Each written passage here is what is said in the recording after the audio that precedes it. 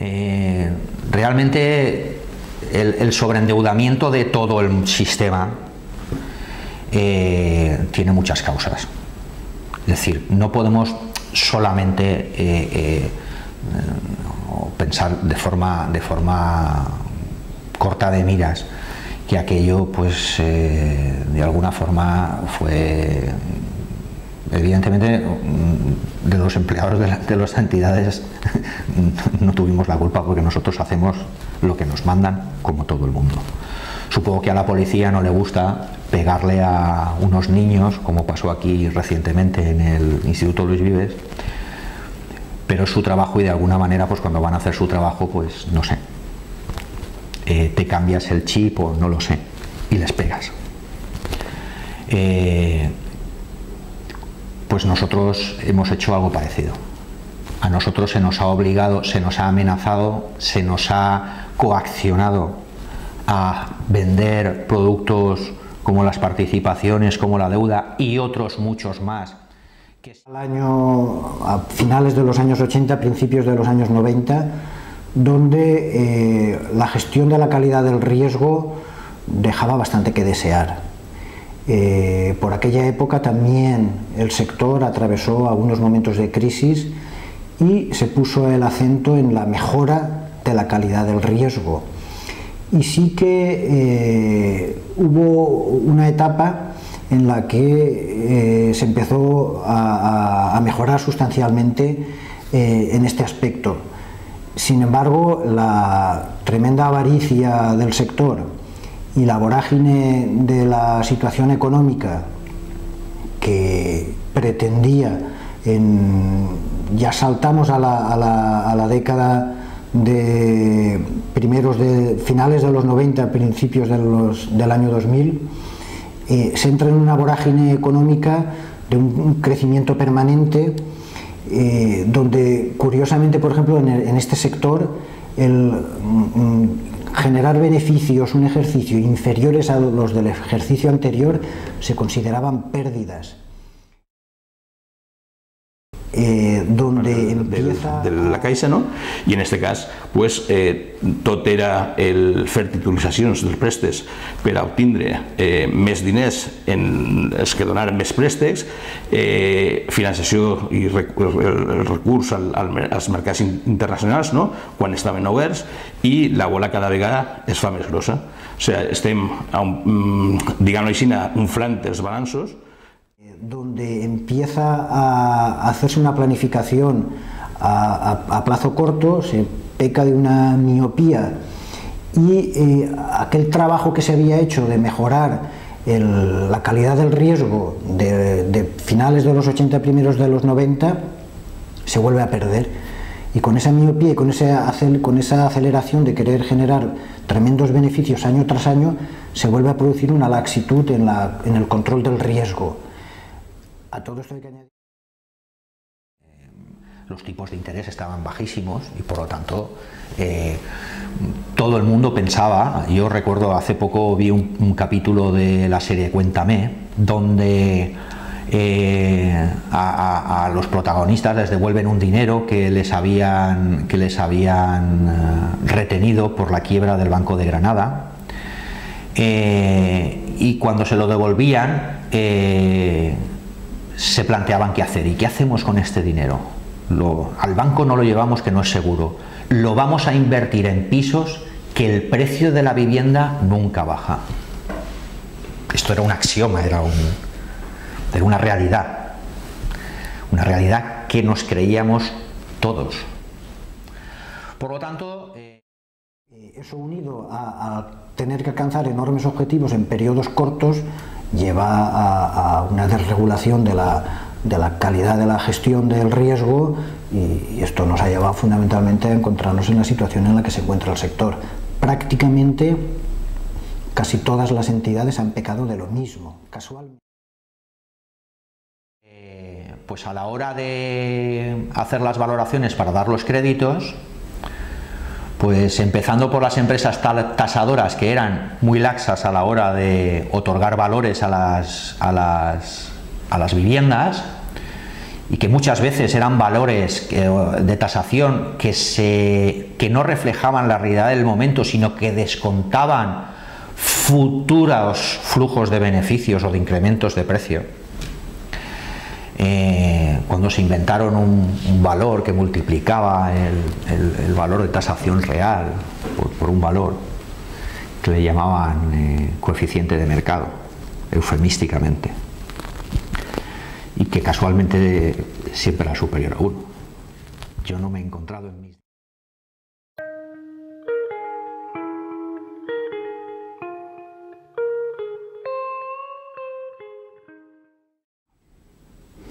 llegando muchas veces a obligar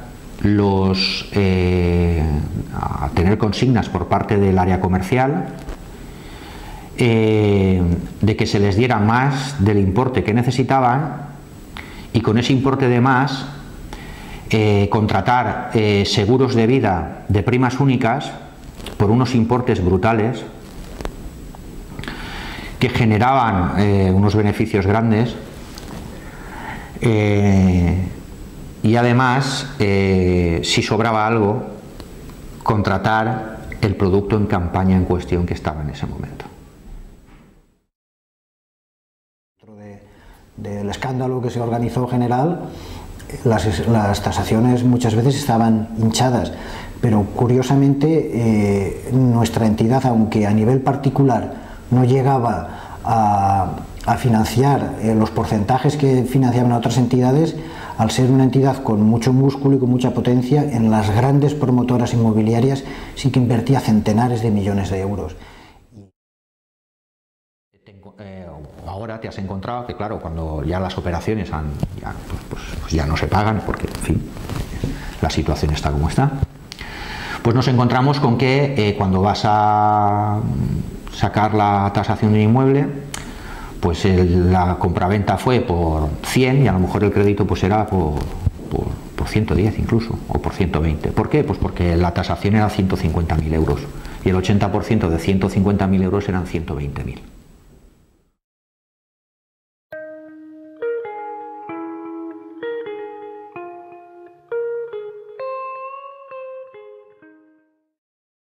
Cuando se pasaban las tasaciones, tú seleccionabas la empresa tasadora, pero no podías seleccionar el tasador.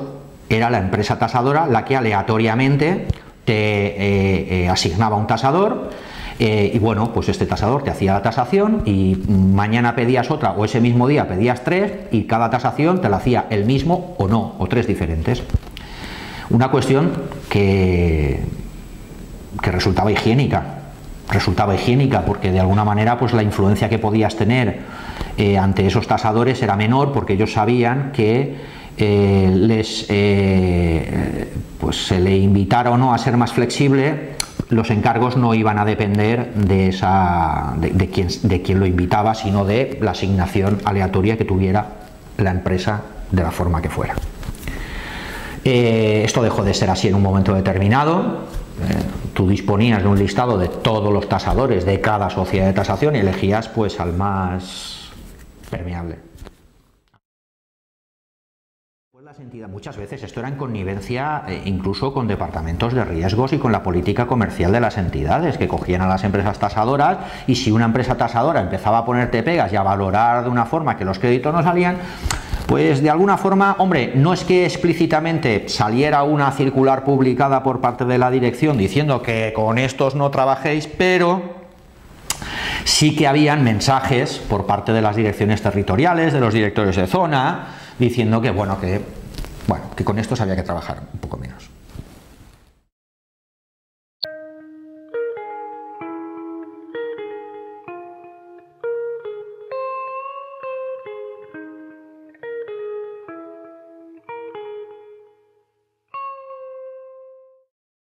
Origen, y lo que yo siempre he entendido como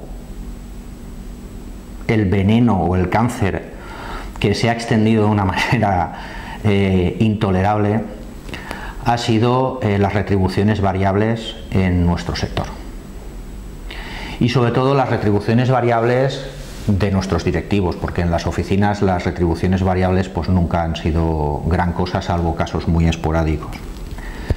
Pero nuestros directivos sí tenían importantísimas retribuciones variables, que eran pagadas en función de la consecución de unos números, de unos resultados cuantitativos, sin que nadie se parara a pensar la calidad de esos resultados cuantitativos. Los factores que ha ayudado desgraciadamente a esta situación es la modificación retributiva que ha habido en las empresas.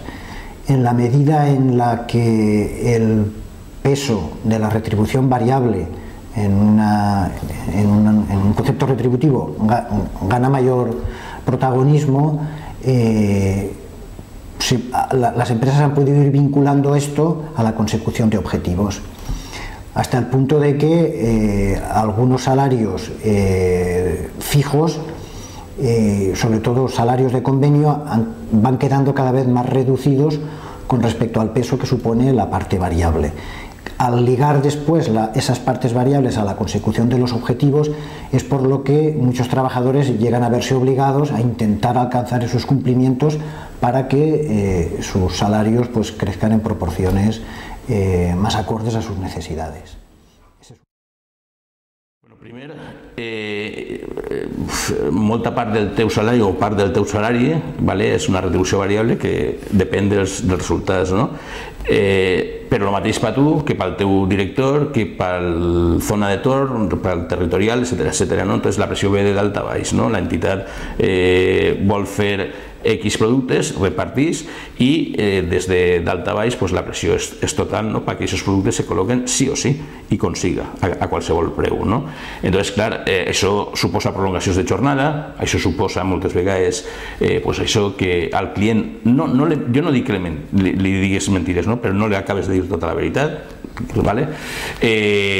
Bueno, moltes vegades tu mateix o l'empleat mateix té una confiança plena en el que està venent perquè confia en el que li estan dient els de dalt, val? Quan a lo millor l'empleat és l'enganyat i aquest engany simplement el transmitís o és el transmissor d'aquest engany cap al client, no? I ja te dic, la pressió és bàrbara.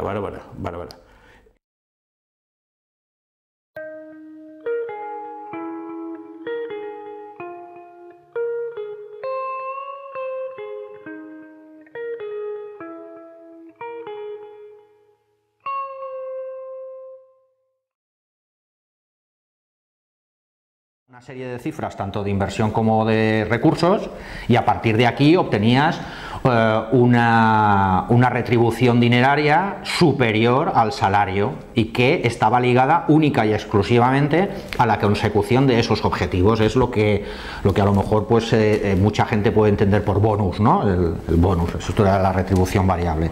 Es decir, en las oficinas sí que más o menos había una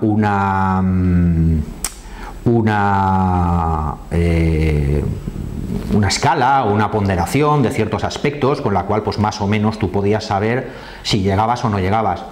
A partir de la oficina ya nadie sabía nada.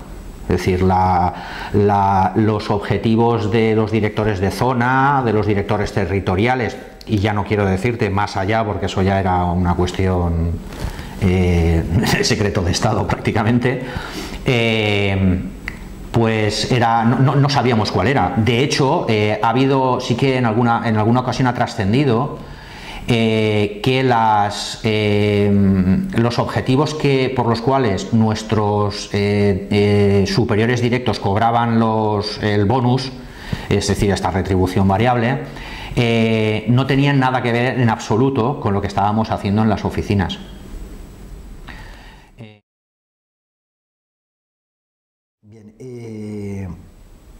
Aquí hay una cuestión que, desde mi punto de vista, debe de estar por encima de cualquier otro, que es la ética personal. Evidentemente, cuando ante la presentación de un producto por parte de los gestores comerciales se nos hace hincapié en que exclusivamente comentemos lo que antes he dicho de los factores de argumentación comercial favorable para las tesis de la empresa que presenta ese producto, yo considero que lo ético es ante un cliente comentarle los aspectos favorables y los aspectos que son menos favorables. Lógicamente, el comportarse de esa forma puede incidir en que algunos clientes analicen desde diferentes puntos de vista las condiciones favorables y desfavorables y los objetivos que se consigan de venta de esos productos pues sean menores. Como yo considero que la honradez y la ética debe estar por encima de todo, yo considero que debe de actuarse así. Entonces se marcaban unas cifras a las oficinas, pues tal oficina tiene que hacer 30.000 euros de este producto por cada empleado que tenga, sin atender a las especificidades de cada oficina, las bases de clientes que podían tener, si el barrio era adecuado o no para un producto que a veces estaba dirigido a sectores de renta alta y que en barrios donde mayoritariamente habían inmigrantes era imposible vender estos productos. Un problema de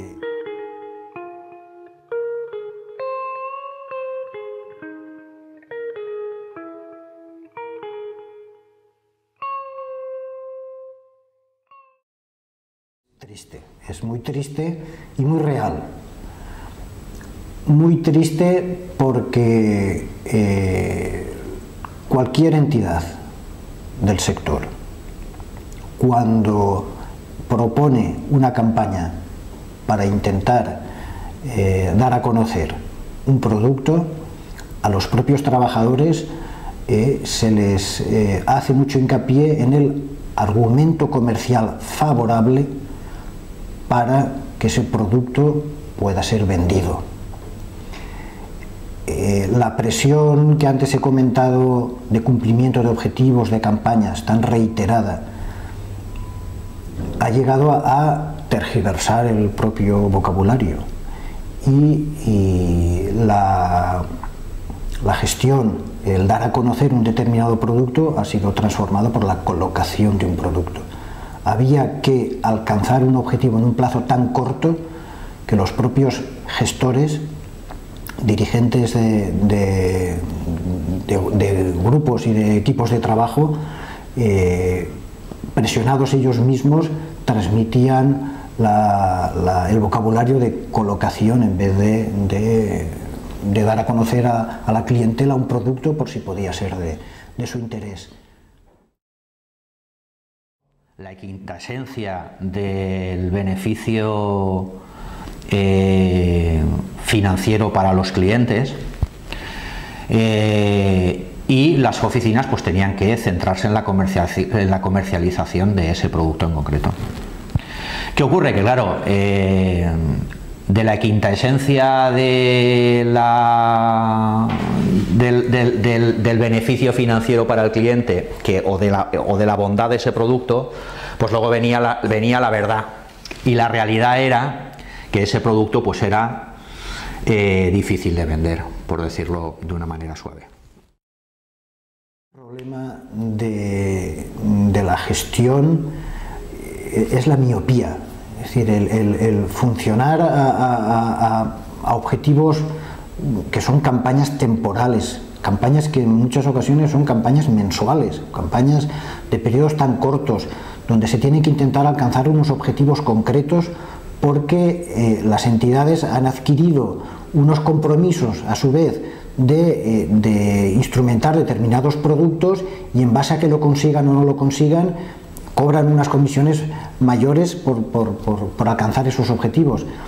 Entonces la vorágine que eso produce en las oficinas y en los trabajadores es espectacular. Que sus oficinas llegaran a la suma de ese cupo que le habían puesto, pero es que además ellos, en su afán de querer cobrar más objetivo, más retribución variable, y en su afán de ser más que nadie y de medrar en la empresa, pues trasladaban esos objetivos muchas veces multiplicados. Es decir, que si una oficina tenía que hacer realmente, o venía marcado o pautado desde el área comercial, que tenía que hacer un importe de 50.000 euros, por poner una cifra, los directores de zona trasladaban a esa misma oficina que tenía que hacer 100.000 o 150.000.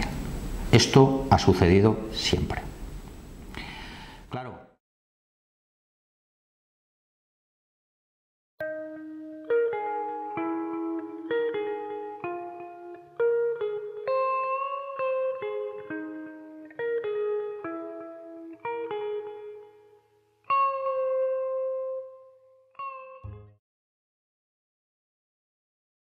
Claro, entonces empezaban las presiones.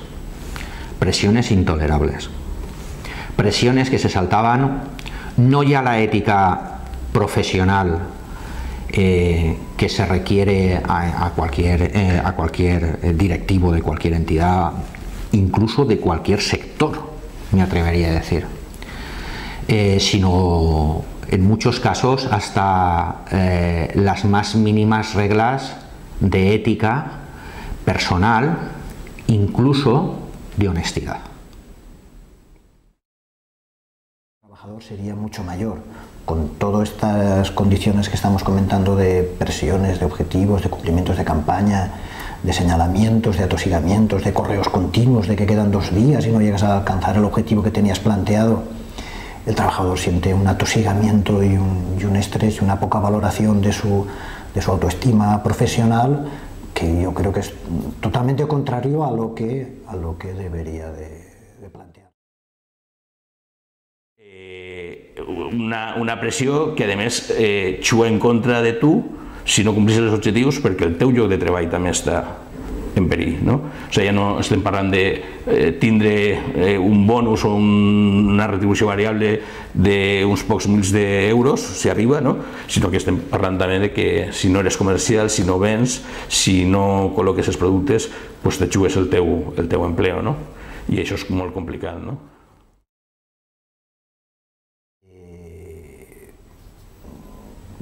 Se encuentra desencajado. Es decir, es imposible a lo largo de un año tener que abarcar decenas de campañas para colocar determinados fondos, determinados planes de pensiones, tarjetas, hipotecas, un montón de productos que hay con unos plazos tan cortos y con unas exigencias tan elevadas. Eso genera una situación de estrés y una situación de...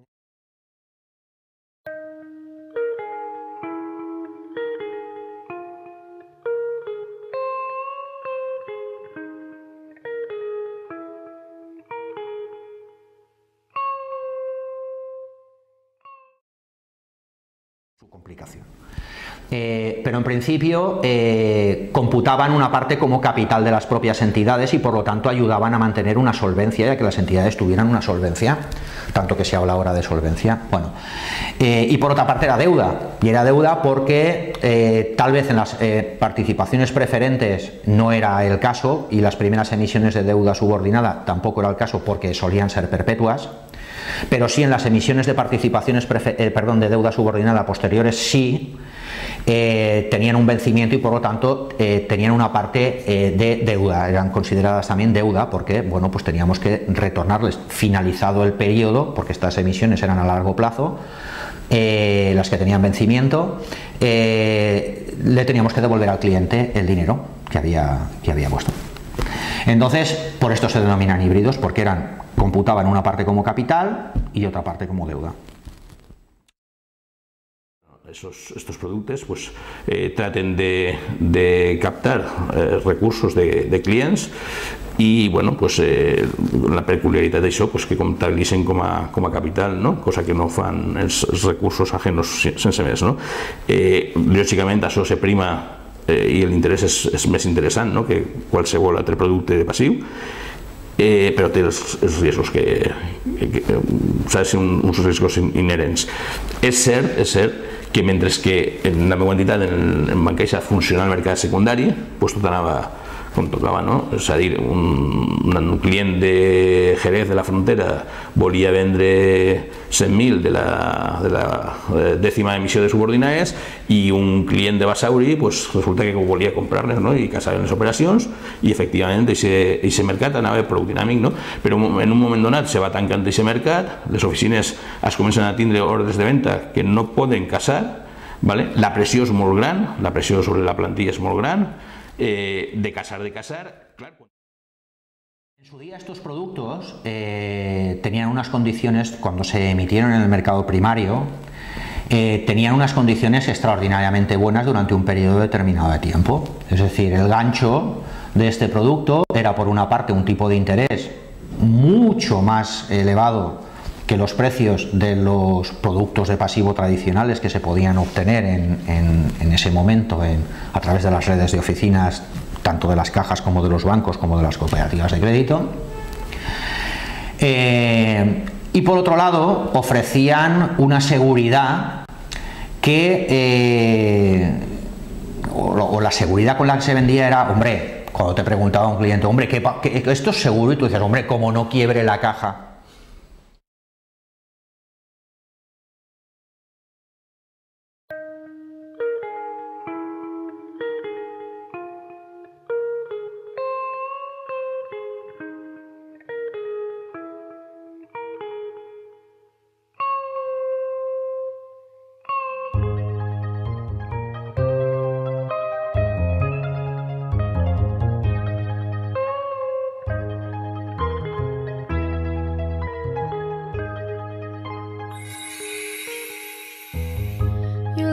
Your mark and took my heart. Now I'm lost in the dark.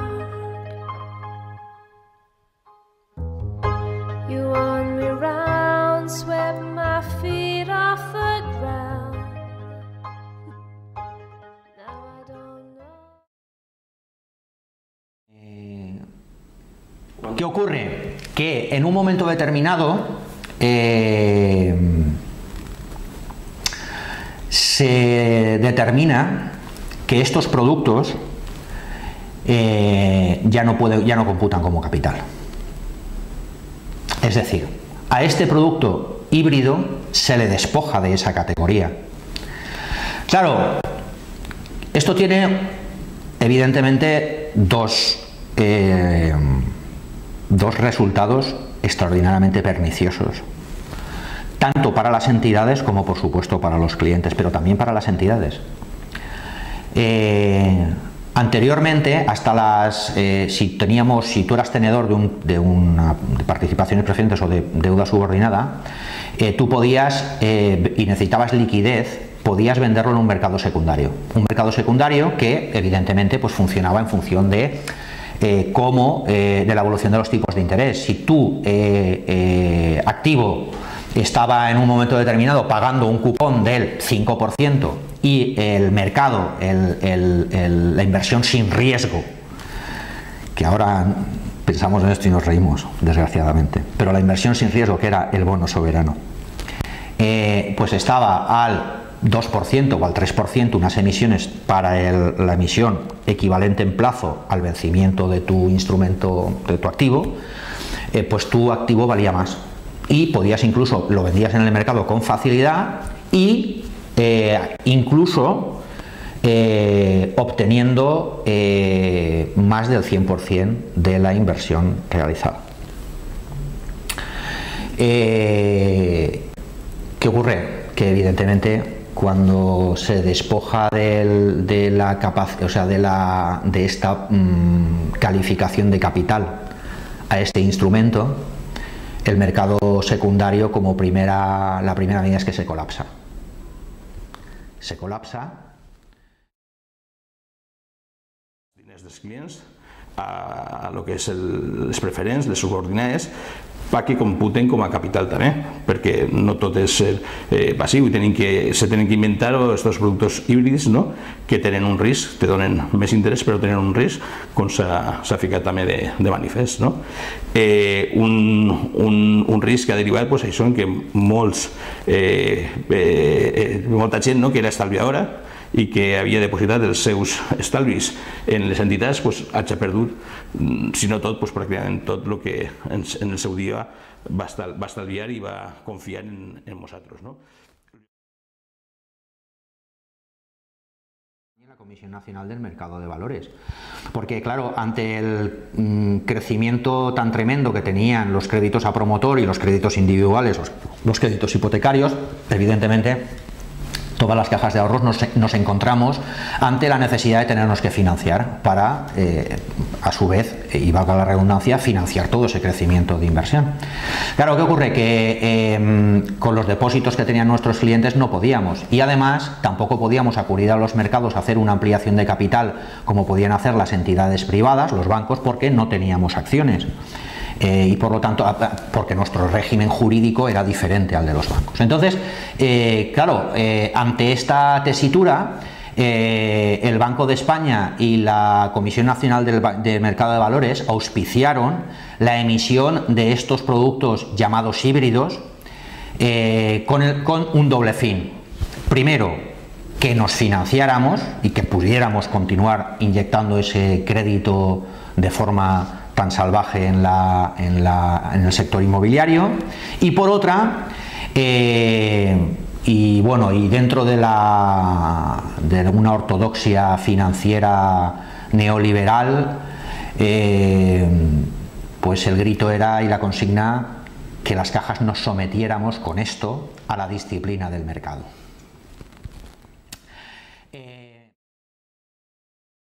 Lògicament també dins d'esta xua hi havia també el típic inversor que buscava la major rentabilitat, però en el cas jo crec que de les caixes o de Bancaixa en concret eren els menys. Normalment el perfil era el perfil del pequeño ahorrador, de l'home que tota la vida havia guardat uns diners i que a l'hora de vindre a l'oficina, com les polítiques comercials eren molt agressives per part dels nostres directius, la pressió comercial era bestial de cara a la plantilla, les ordres estaven clares, vosaltres doneu un plaç fijo, però milloreu l'interès si entren a comprar el que és deuda subordinada o preferents.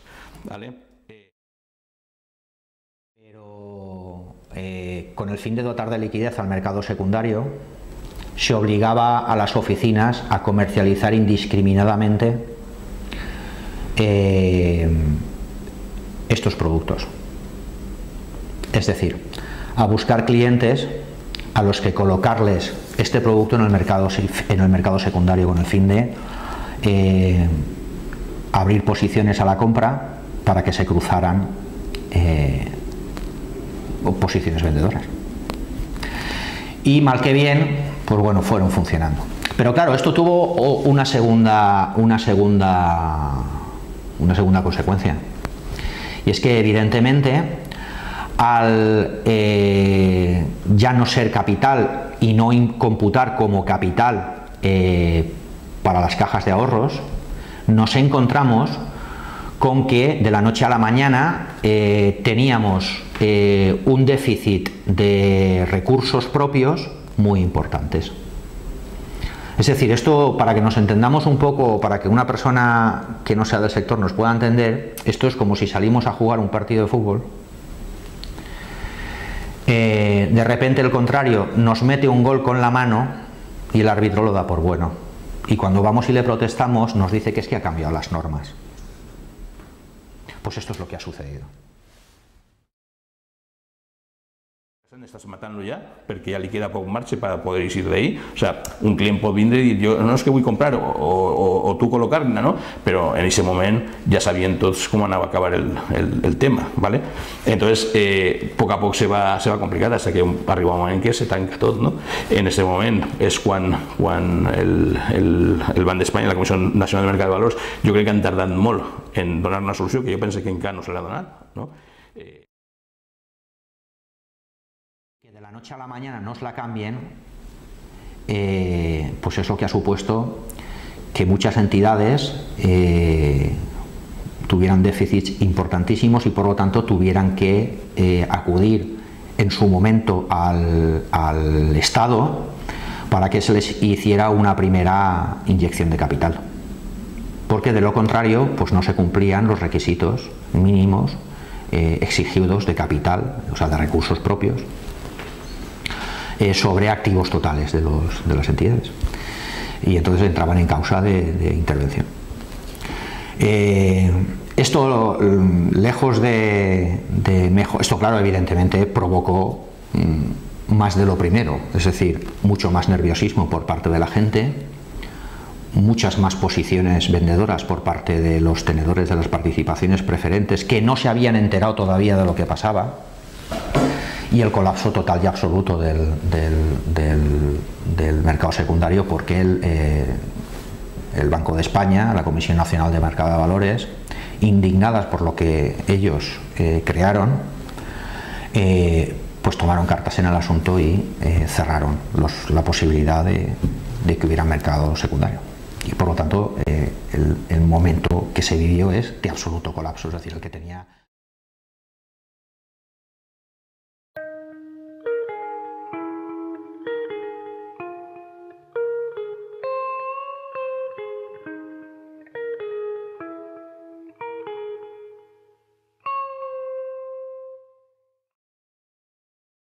Ja que jo estava ocupant un lloc de vocal en el Consell d'Administració en representació del sindicat, no? Pues sempre he anat abans a veure de què anava cada consell, cosa que normalment no es feia. Jo te diria que en els primers 3 anys que va estar jo era l'únic que anava, de 20 membres, i en els altres, en els altres 3 anys, com va haver una renovació de permís, sí que podien ser 3 persones, saps, les que anaven a veure de què anava cada consell, i se preparaven els consells, se situaven, miraven les operacions creditícies que anaven a donar-se, que ens proposaven el cap de riscos de l'entitat, i si teníem dubtes o teníem una predisposició en contra de l'operació, ja ho manifestaven i miraven el tema, i jo crec que aquesta ha sigut una circumstància que no s'ha donat.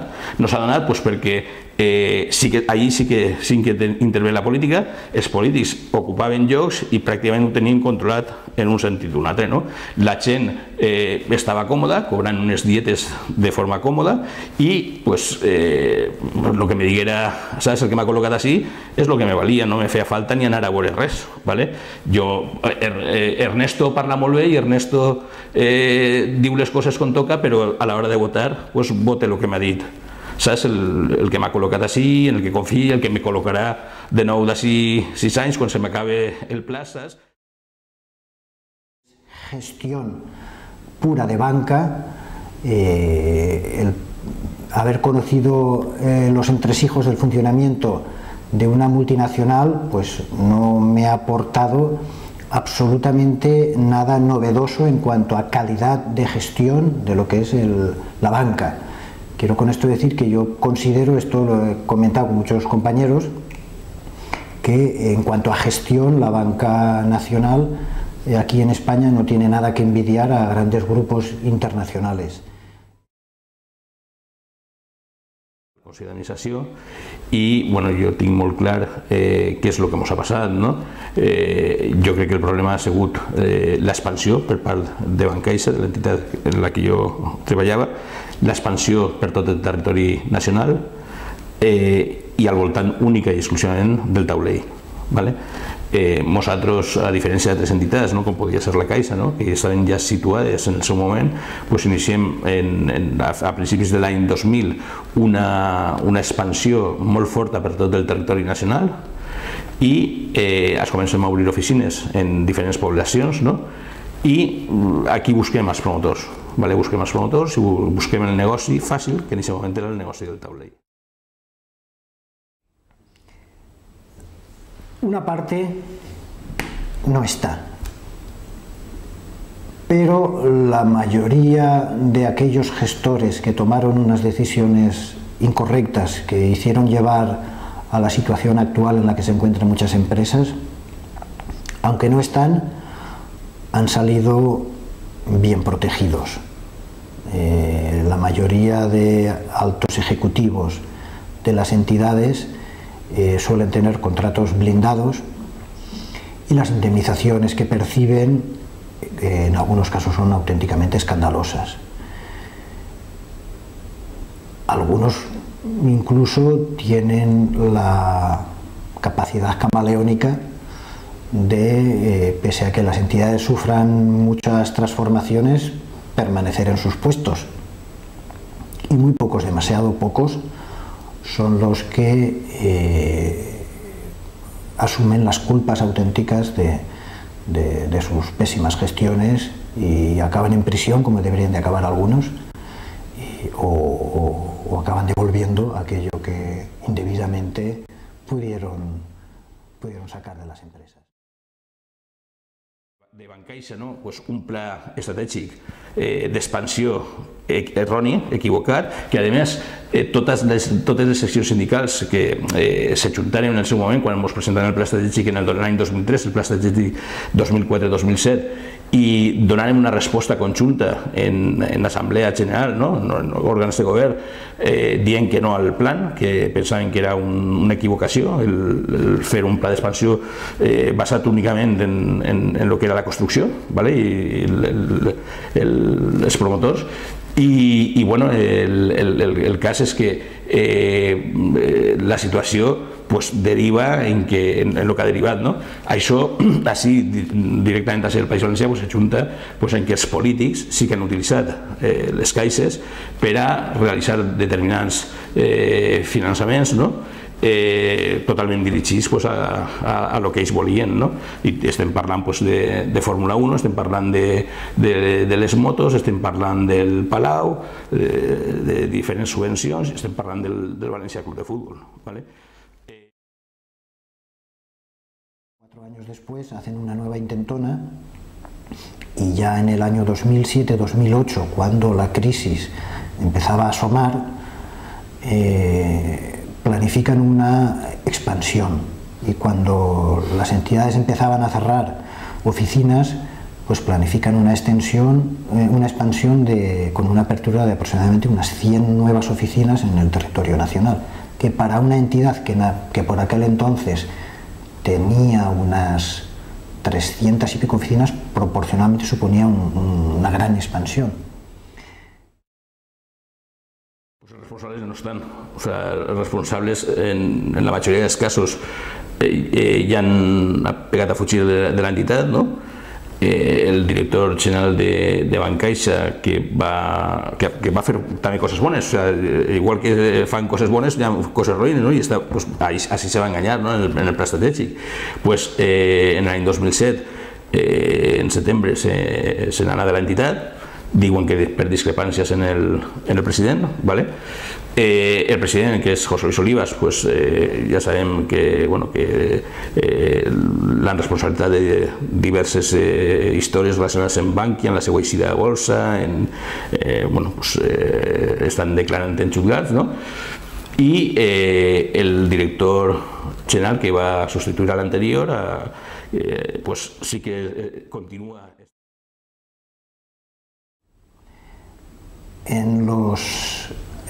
Aproximadamente por el año 2009, cuando la burbuja inmobiliaria ya pinchaba, pues fruto de la potencialidad del grupo, deciden hacer grandes inversiones en las grandes promotoras inmobiliarias de este país.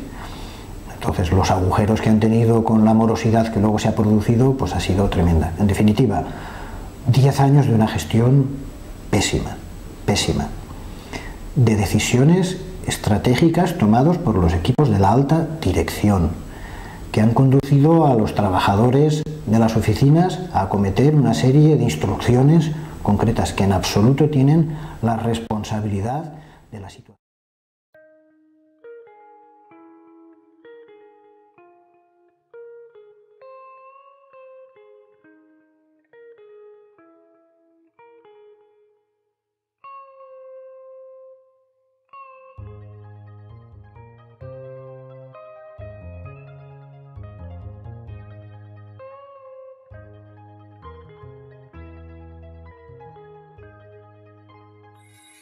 Una directiva que obligava les entitats financeres a passar una sèrie de tests i de preguntes, de qüestions als seus clients per a determinar si un client tenia la capacitat i els coneixements per poder-li col·locar un producte determinat, no?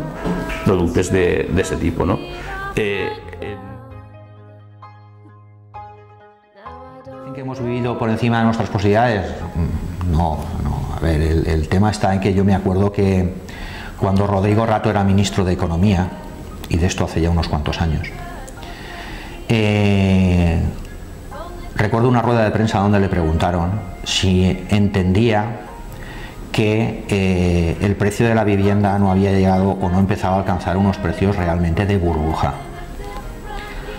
Y la respuesta simplista de este personaje pues fue que como la economía iba muy bien, porque su partido lo estaba haciendo extraordinariamente bien, que no era que hubiera una burbuja, es que los precios subían porque la gente ganaba dinero y entonces compraba viviendas. España, uno de los grandes agujeros que ha tenido la gestión del banco ha sido la morosidad que ha entrado de las inversiones acontecidas en las grandes promotoras inmobiliarias. Más flexible. Claro, partiendo de la base de que esos inmuebles tenían unos coeficientes de mercado, todos por encima de 1, pues evidentemente los créditos ya se concedían o se podían conceder créditos que de otra manera hubiera sido imposible. Porque claro, las entidades solemos reconocer poco, que tenemos poco crédito concedido a más del 80%, pero claro, de tasación. Y en aquella época, en su planificación, intenta estar en lo que ellos denominaban el top 5 de la banca nacional aquí en España.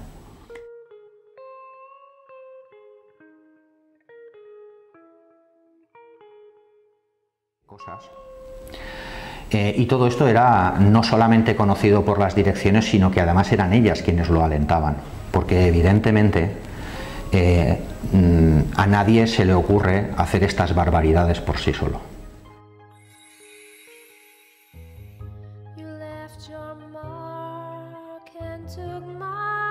Portem parlant, no? Però el Banc d'Espanya, la Comissió Nacional de Mercat de Valors, ja és una cosa que confia dit ja per activa i per passiva, tenen molta responsabilitat en el que ha passat així, no? Primer perquè les alentaren a que aquest producte híbrid se col·locara entre els clients, no? I segon perquè en un moment donat tanquen els mercats i ens duen també a el que ens han dut, no? A una situació que no té eixida o no té fàcil d'eixida, no?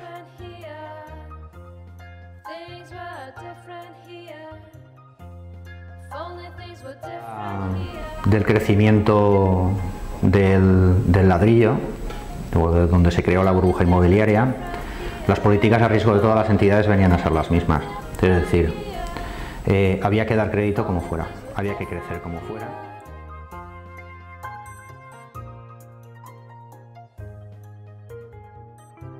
Una gran marca, pero en lo que es calidad de gestión no tiene nada que envidiar la banca española a la banca internacional.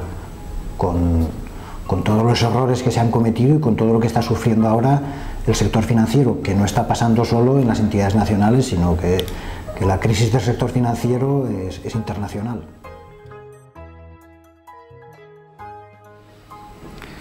Y estas son unas pocas de las realidades que hemos vivido en el sector, pero todas ellas nos han venido impuestas por los virreyes en los que se habían convertido directores comerciales, directores territoriales y directores de zona que muchas veces creían que iban a heredar el puesto del director territorial cuando fueran mayores.